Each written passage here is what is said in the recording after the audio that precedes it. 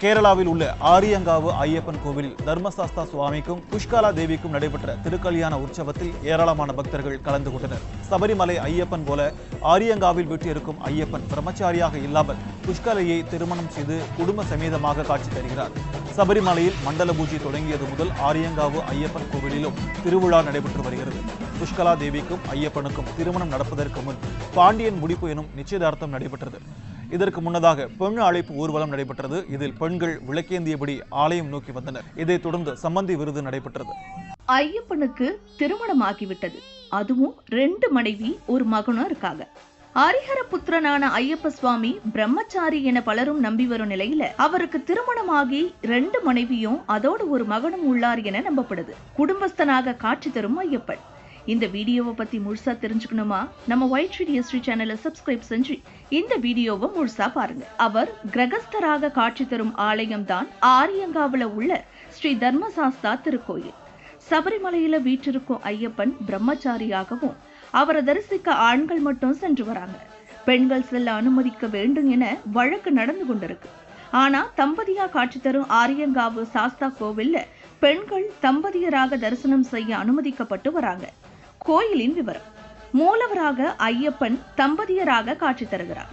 அருகில் சிவலிங்கம் காணப்படுது. கோயில் அமைஞ்சிருக்க இடம் கேரளாவின் கொல்லம் மாவட்டத்தில் உள்ள ஆரியங்காவுன்ற இடத்துல தமிழகத்தின் நெல்லை செங்கோட்டையிலிருந்து சுமார் 23 கிலோமீட்டர் தொலைவில் அமைஞ்சிருக்கு. திருவனந்தபுரத்திற்கு செல்லும் பேருந்துகள் இந்த கோயில் வழியாதான் செல்லும்.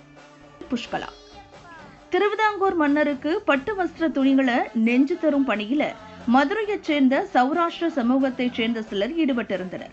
அப்படி நெய்யப்படும் பட்டு துணிகள் பாண்டிய நாட்டிலிருந்து திருவிதாங்கூர் அரண்மனைக்கு கொண்டு செல்லும் பணிகளை சிலர் ஈடுபட்டாங்க. ஒரு நாள் அப்படி பட்டு துணிகளை திருவிதாங்கூர் அரண்மனைக்கு கொண்டு செல்லும் பணியில ஈடுபட்டிருந்த ஒருவர் பருவ வயது அடைந்த தன் மகள் புஷ்கலாவையும் உடன் அழைச்சிட்டு போறார். பாண்டிய நாடு வழியே பயணித்த அவர்கள் திருவிதாங்கூர் கணவாய் வழியே சென்று அரண்மனையை அடைய திட்டமிடுறாங்க. அப்படி மலப்பாத வழியா சென்ற அவர்கள் இருட்டியதால மிகவும் பயந்து போனாள் புஷ்கலா. அதனால் அவர் அருகில் இருந்த ஆரியங்காவு தர்மசாஸ்தா கோவில் பூசாரியின் வீட்டில் தன் மகளை தங்க வைத்து அவளை பத்திரமாக பார்த்து கொள்ளுங்கள், தான் இந்த பட்டு வஸ்திரங்களை மன்னருக்கு கொடுத்துட்டு வந்துடுறேன்னு சொல்லிட்டு போறாரு. புஷ்கலாவோ தன்னால் முடிந்த அளவு தர்மசாஸ்தாவுக்கு பூஜைகள், பூக்களை பறித்து கொடுத்தல், நீர் சுமந்து செல்லுதல், கோலமிடுதல், கோயிலை அழகுபடுத்துதல் என வேலைகளை செஞ்சு வராங்க. ஒரு கட்டத்துல அவளது வாழ்க்கை ஐயப்பனுடன் ஐக்கியமானது. சாஸ்தா மீது காதல் பிறந்தது.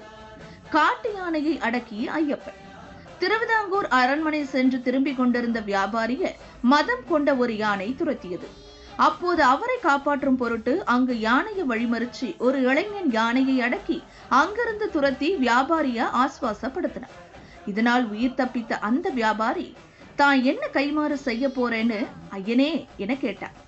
அதற்கு அந்த இளைஞன், உங்களின் மகளை எனக்கு திருமணம் செய்து தாருங்கள் என கேட்டார். அதற்கு அந்த வியாபாரியும் சம்மதித்தார்.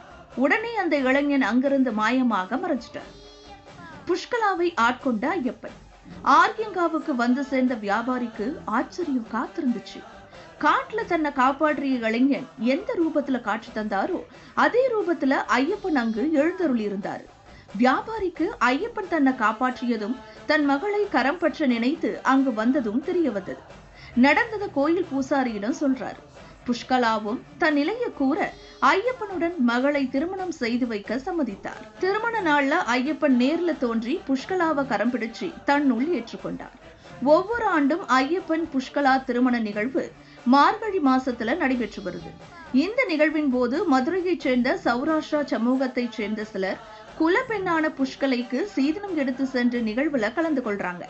அது மட்டும் இல்லாம ஐயப்பனுக்கு பூரணி என்ற மனைவியும் உள்ளதாகவும் சத்யகா என்ற மகன் உள்ளதாகவும் சொல்லப்படுது.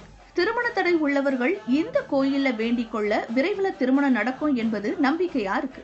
ஐயப்பனுக்கு பல்வேறு கோயில் கட்டியதாக கூறப்படும் ஸ்ரீ பரசுராமர் தான் இந்த கோயிலையும் கட்டியதா நம்பப்படுது. இது போன்ற பல சுவாரஸ்யமான தகவலை தெரிஞ்சுக்க நம்ம ஒயிட் ஷீட் ஹிஸ்டரி சேனலை சப்ஸ்கிரைப் செஞ்சு உங்க நண்பர்களுக்கு பகிருங்க.